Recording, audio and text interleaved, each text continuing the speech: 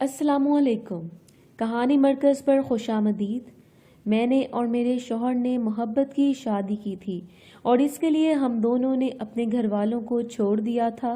मेरा अपना तो कोई था ही नहीं, बस एक चचा था जिसने मुझसे सारे रिश्ते नाते तोड़ लिए थे।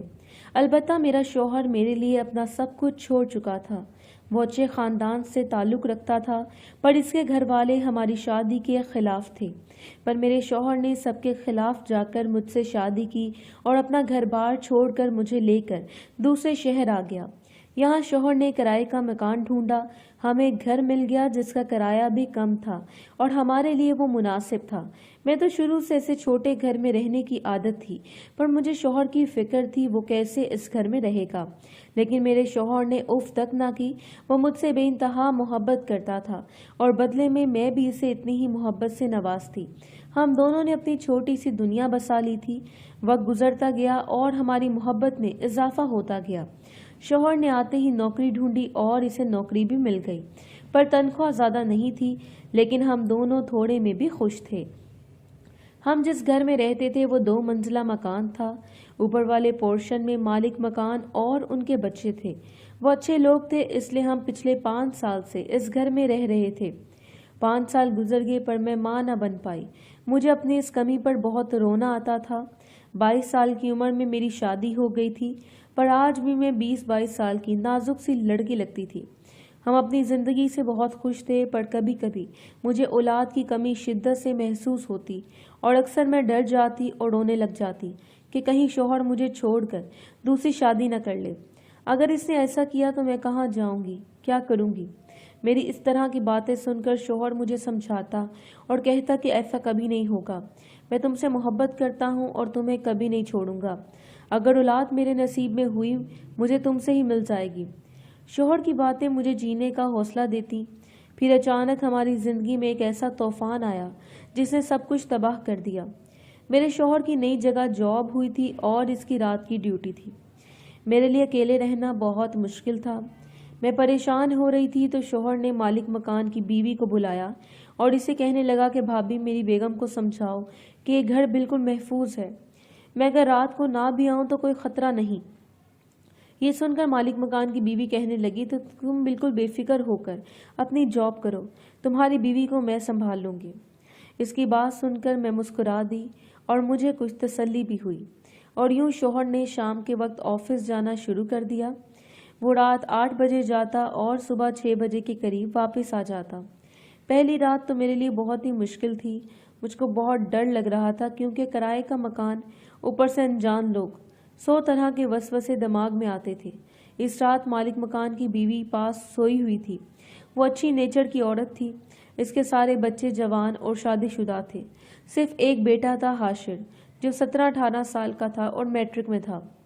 जब से शौहर ने नाइट शिफ्ट शुरू की थी, मैंने ऊपर वाले पोर्शन में आना जाना शुरू कर दिया। मालिक मकान की बीवी भी रोज़ रात को मेरे पास आ जाती और सोने के वक्त जाती। इस तरह मेरा दिल बहल जाता। वो हम दोनों मियाँ बीवी को देखकर बहुत खुश होती और कहती, तुम दोनों माशाल्लाह बहुत खुश रहते हो, वरना आजकल मियाँ बीवी के आपस में कम ही बनती है। मेरी अल्लाह से दुआ है कि तुम लोगों को अल्लाह पाक नेक औलाद दे। इनकी ये बातें सुनकर मैं खुश हो जाती। और फिर एक दिन मालिक मकान की बीवी मेरे पास आई और कहने लगी, मुजम्मिल, मेरा बेटा मैट्रिक की तैयारी कर रहा है, पर 2 बार फेल हो चुका है। अब फिर इसके इम्तिहान है। मैं चाहती हूँ तुम इसे थोड़ा पढ़ा दो ताकि इस बार वो पास हो जाए। मैं भी शौहर के जाने के बाद फारिग ही होती थी। चुनाचे मैंने सोचा कि चलो घंटा 2 घंटा पढ़ा दिया करूँगी। ये लोग मेरा इतना करते हैं, मुझे भी बदले में कुछ करना चाहिए।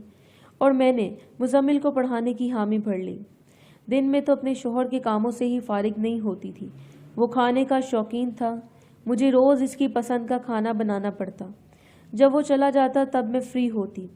चुनाचे शौहर के जाते ही मुजम्मिल आ जाता और मैं इसे पढ़ाने लगती। पहले चंद दिन तो इसने अच्छे से पढ़ा, लेकिन फिर इसने पढ़ना कम और बातें ज़्यादा शुरू कर दी। इसके पढ़ने के दौरान यानी कि इसकी माँ, मालिक मकान की बीवी भी अक्सर आ जाते और कहते, मुजम्मिल के कान पकड़कर इसे पढ़ाना, अगर ये ना पढ़े, और ये रियाजी में बहुत कमज़ोर है, हर बार फेल हो जाता है, बस इस बार पास हो जाए। मैं मालिक मकान की बीवी की परेशानी समझ सकती थी। اس لیے میں بھی مزمل کو خوب دل لگا کر پڑھاتی اور اس پر کافی توجہ دیتی، لیکن مزمل اپنی ماں کے جاتے ہی باتیں شروع کر دیتا، بھابھی یہ بھابھی وہ مجھے اپنے اسکول کے قصے سناتا۔ میں اس سے بات کم ہی کرتی تھی۔ وہ مجھ سے چھوٹا تھا لیکن بچہ نہیں تھا، اس لیے میں اس سے کچھ فاصلے پر بیٹھتی تھی۔ وقت گزرنے کے ساتھ ساتھ میں نے محسوس کیا تھا کہ مزمل مجھ سے بے تکلف ہونے کی کوشش کرتا تھا۔ وہ جان بوجھ کر میرے ہاتھوں سے اپنا ہاتھ ٹکراتا۔ میں اسے پڑھا رہی ہوتی تو اس کی نظر مجھ پر جمی ہوتی تھی۔ اگر مالک مکان کا خیال نہیں ہوتا تو میں ایسے بےہودہ لڑکے کو کبھی اپنے گھر میں برداشت نہ کرتی، پر اب میری مجبوری تھی۔ اس کے امتحان شروع ہو گئے تھے۔ وہ خوشی خوشی آ کر بتاتا کہ بھابھی میرے پیپر اس بار بہت اچھے ہو رہے ہیں، جو آپ سمجھاتی ہیں وہ مجھے نہیں بھولتا اور وہی پیپر میں آ جاتا ہے۔ اس کے آخری 2 پیپر رہ گئے تھے اور میں خوش تھی کہ اس مصیبت سے جان چھٹنے والی ہے۔ اس رات بھی وہ پڑھنے کے لیے آیا ہوا تھا۔ میں نے اپنے بالوں پر انڈا اور دہی لگا رکھا تھا۔ میں نے اسے کہا کہ میں شاور لے کر آتی ہوں، تب تک تم جو میں نے پڑھایا تھا وہ یاد کرو، میں واپس آ کر سنتی ہوں۔ یہ کہہ کر میں کچن میں پانی پینے چلی گئی۔ جب واپس آئی تو مزمل غائب تھا۔ میں نے حیرت سے چاروں جانب دیکھا اور پھر اپنے کمرے میں آ گئی، یہ سوچ کر کہ شاید وہ اوپر اپنے گھر چلا گیا ہو۔ میں کمرے میں الماری سے اپنے کپڑے نکال رہی تھی اور جیسے ہی میں پلٹی یہ دیکھ کر میری چیخ نکل گئی، کیونکہ مزمل میرے پیچھے ہی کھڑا تھا۔ کپڑے میرے ہاتھ سے چھوٹ کر نیچے گر گئے۔ میں نے غصے سے چیختے ہوئے پوچھا، تم کیا کر رہے ہو؟ میں نے اس وقت دوپٹہ بھی نہیں لیا ہوا تھا۔ میں مزمل کو اپنے کمرے میں دیکھ کر پریشان ہو گئی تھی۔ وہ بھابھی میں واش روم آیا تھا۔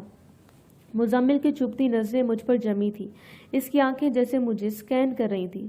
تم جاؤ یہاں سے، باہر جا کر بیٹھو، میں نے اسے کمرے سے نکالتے کہا اور جلدی سے کنڈی لگا لی۔ میرا دل تیزی سے دھڑک رہا تھا۔ میں نے سوچ لیا تھا کہ آج کے بعد مزمل کو اپنے گھر میں داخل نہیں ہونے دوں گی۔ کمرے کی کنڈی لگا کر میں بہت مطمئن ہو گئی۔ پھر میں نے شاور لیا اور واپس باہر آ گئی۔ مزمل کو میں برآمدے میں ہی پڑھاتی تھی۔ مزمل کی نظریں پھر سے مجھ پر چپک چکی تھی، پر اس بار میں نے خود کو بڑی چادر سے ڈھانپ رکھا تھا۔ 2 گھنٹے پورے ہو گئے تو میں نے مزمل کو جانے کا کہا اور یہ بھی کہا کہ آج کے بعد تمہیں یہاں آنے کی ضرورت نہیں ہے۔ مزمل نے یہ سنتے ہی کہا کہ بھابھی واش روم میں میری گھڑی رہ گئی تھی، میں وہ لے آؤں، اور پھر وہ کمرے میں گیا۔ اس کے بعد وہ اپنی کتابیں اٹھا کر خاموشی سے اوپر چلا گیا۔ اس کے جاتے ہی میں نے سکون کا سانس لیا اور سوچ لیا کہ شوہر سے کہہ کر گھر بدلوا لوں گی، میں ایسی جگہ پر نہیں رہ سکتی۔ 2 دن مزمل نہیں آیا اور میں پرسکون ہو گئی، پر تیسرے دن شوہر کے جانے کے بعد جب میں کچن میں کھانا بنا رہی تھی تو مجھے اپنے پیچھے کسی کی موجودگی کا احساس ہوا۔ جب پلٹ کر دیکھا تو مزمل کو سامنے پایا۔ تم کیا کر رہے ہو؟ میں نے منع کیا تھا نا یہاں آنے سے۔ میری بات سنتے ہی وہ بولا کہ آج کے بعد تم مجھے یہاں سے نہیں نکال سکتی۔ یہ کہہ کر وہ میرے کمرے کی جانب بڑھ گیا۔ اس کی ہمت پر مجھے حیرت ہو رہی تھی۔ کتنا ڈھیٹ انسان تھا وہ۔ میں اس کو بچہ سمجھتی رہی اور وہ جانے اپنے آپ کو کیا سمجھنے لگا تھا۔ میں غصے سے تپی اس کے پیچھے پیچھے کمرے میں آئی۔ وہ آرام سے میرے بیڈ پر لیٹا تھا۔ لو خود ہی دیکھو۔ اس سے پہلے میں کچھ کہتی اس نے اپنا موبائل میرے سامنے کیا اور موبائل پر چلتی ویڈیو کو دیکھ کر میری چیخ نکل گئی۔ میں بے ہوش ہو کر وہیں گر گئی۔ جب اٹھی تو سب کچھ لٹ چکا تھا۔ وہ بچے کے روپ میں شیطان تھا جس نے میرے نہانے کی ویڈیو بنا رکھی تھی۔ یقیناً وہ میرے جانے سے پہلے اپنا موبائل اندر رکھ آیا تھا، جسے وہ واپس لینے بھی گیا تھا، پر گھڑی کا بہانہ کر کے۔ یا اللہ، یہ کیا ہو گیا؟ میرا جسم سرد پڑ چکا تھا۔ میں زاروں قطار رو رہی تھی۔ اس نے میرے بے ہوش ہونے کا فائدہ بھی اٹھایا تھا۔ شوہر کے آنے کا وقت ہو چکا تھا۔ میں نے جلدی سے اپنا حلیہ درست کیا کہ شوہر کو پتہ نہ چل جائے، پر اس حادثے نے مجھے اندر تک توڑ دیا تھا۔ شوہر واپس آیا پر میں نے اس سے دن میں بات ہی نہیں کی۔ میں اپنے آنسو چھپائے پھرتی رہی۔ دل کر رہا تھا خود کو آگ لگا لوں، زمین پھٹے میں اس میں سما جاؤں، پر میں زندہ تھی۔ مجھے یہی لگتا تھا کہ اب میں اپنے شوہر کے قابل نہیں رہی۔ میں اس سے دور بھاگ رہی تھی، اور دوسرا خوف یہ تھا کہ شوہر کو اگر پتہ چل گیا تو کیا ہوگا۔ یہی خوف مجھے اندر ہی اندر مارنے لگا تھا۔ دوسری جانب مزمل کا جب دل چاہتا وہ ویڈیو سے مجھے بلیک میل کر کے میرا فائدہ اٹھاتا۔ میں نے سوچ لیا تھا کہ میں شوہر کی زندگی سے ہمیشہ کے لیے چلی جاؤں گی اور کبھی پلٹ کر واپس نہیں آؤں گی۔ اس لیے میں نے شوہر سے لڑائی جھگڑے شروع کر دیے تاکہ وہ مجھ سے نفرت کرے اور مجھے آسانی سے چھوڑ دے۔ لیکن شوہر مجھ سے اتنی ہی محبت سے پیش آتا تھا۔ میں بیمار رہنے لگی تھی، میری صحت دن بدن گرتی جا رہی تھی، پر میرے شوہر کو سچ بتانے کی ہمت نہیں ہو رہی تھی۔ میں ضلالت کی زندگی سے تنگ آ گئی تھی۔ चुनाचे एक दिन मैंने खुदकुशी करने का सोचा। जब शौहर घर था तो मैंने इससे खूब झगड़ा किया। वो भी तंग आ गया था। जैसे ही वो ऑफिस जाने के लिए निकला तो मैंने अपनी कलाई काट कर खुद को मौत के सुपुर्द कर दिया। लेकिन मौत की तकलीफ इस तकलीफ से कम थी जो मुजम्मिल की वजह से थी। खून बहने की वजह से जब मुझे अंधेरा छाता हुआ महसूस हुआ तभी मुझे शौहर की चीख सुनाई दी। वो मेरा नाम पुकारता मेरी जानें बढ़ा और फिर अंधेरा छा गया। मैं काफ़ी दिन अस्पताल दाखिल रही। मैं जिंदा थी पर अंदर से मर चुकी थी। शौहर मेरी हालत देखकर रो पड़ा। मैंने पहली बार इसकी आंखों में आंसू देखे थे। वो बार बार मुझसे पूछ रहा था कि आखिर तुम्हें हुआ क्या है, तुम ऐसी नहीं थी, कौन सी बात तुम्हें तंग कर रही थी, मुझे बता दो वरना मैं मर जाऊंगा। और मैं मजीद नहीं सह सकती थी। मैंने रोते हुए सब कुछ शौहर को बता दिया। ये सुनकर शौहर की नसें फूल उठी। इसके चेहरे पर जितना गुस्सा था आंखों में उतनी ही तकलीफ थी। तुम ये सब अकेले कैसे सहती रही हो? तुमने एक बार भी मुझे नहीं बताया। क्या तुम्हें मुझ पर यकीन नहीं था? मैं शौहर की बातों का क्या जवाब देती, बस खामोशी से रोती रही। मुजम्मिल की मैं जान ले लूँगा। वो उठकर जाने लगा तभी मैंने इसका हाथ पकड़कर बिठा लिया और कहा, मुजम्मिल बहुत शातिर है, वो कुछ भी कर सकता है, हमें पूरे एहतियात से इसे पकड़ना होगा। शौहर ने इस बात में सर हिलाया और कहा, तुम फिक्र मत करो, मैं सब ठीक कर दूंगा और तुम आज भी मेरे लिए वैसी ही हो जैसे पहले दिन थी। शुक्र की बात है कि मुझे हौसला मिला। तकरीबन 20 दिन शौहर ने मेरी खिदमत की। मुजम्मिल के रोज़ मुझे मैसेजेस आते। वो नाकाबिले यकीन हद तक मुझे गंदे मैसेजेस करता कि जल्दी ठीक हो जाओ, ये ड्रामे ना करो, वगैरह वगैरह। मेरे शौहर ये सब देख रहे थे। 20 दिन बाद जब मैं मुकम्मल सेहतयाब हो गई तो शौहर ने एक प्लान बनाया।